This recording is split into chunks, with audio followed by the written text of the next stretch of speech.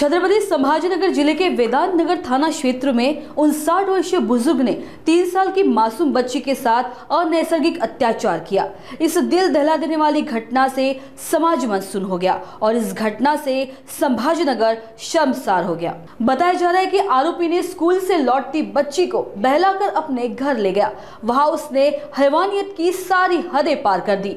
घटना के बाद बच्ची रोती हुई घर पहुंची और जब माता पिता ने प्यार से पूछा तो दिल दहला देने वाला सच सामने आया।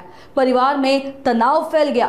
यह खबर हवा की गति से पूरे क्षेत्र में फैल गई, जिसके बाद आक्रोशित भारी भीड़ पुलिस थाने पहुंच गई। सभी तांत्रिक पहलुओं के छानबीन अंतर्गत पुलिस ने आरोपी को गिरफ्तार कर लिया।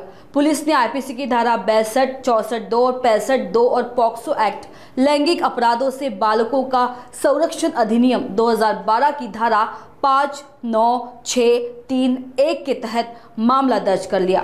पुलिस अब मामले की गंभीरता से जांच कर रही है। काल रोजी आमच्याकडे एक महिला आल्या, त्यांनी सांगितले की त्यांची जी मुलगी आहे 3 वर्षाची मुलगी आहे, ती प्री प्रायमरीला शाळेत जाते। तर त्या ठिकाणी येऊन त्या घरी घेऊन आल्यानंतर त्यांना सांगितलं तिने की मला एक अंकल जे आहे तर सूच्या जागेवर गुदगुदी करतात म्हणून।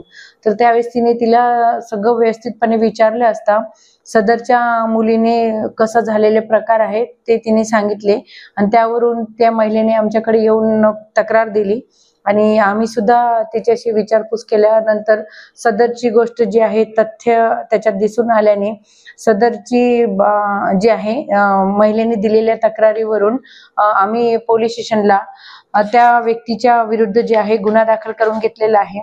त्या व्यक्तीचं नाव आहे विजय जीवनवाल। त्यांची जी आहे तर त्यांच्या भावाची तिथे शाळा आहे आणि त्या म्हणजे त्यांच्या भावाची शाळा आहे। त्या शाळेमध्ये हे लहान मुलं तिथे शिकायला जातात। तर सदरच्या व्यक्तीने अशा प्रकार त्या छोट्या लहान मुलीसोबत केलेला आहे।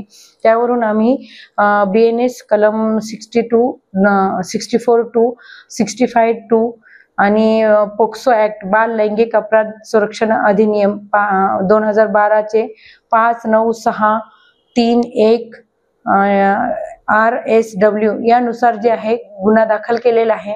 सदर आरोपींना जे आहे आम्ही तात्काळ ताब्यात घेतलेले आहे आणि त्यांना आज रोजी आम्ही PCR साठी सुद्धा हजर केलेले आहे।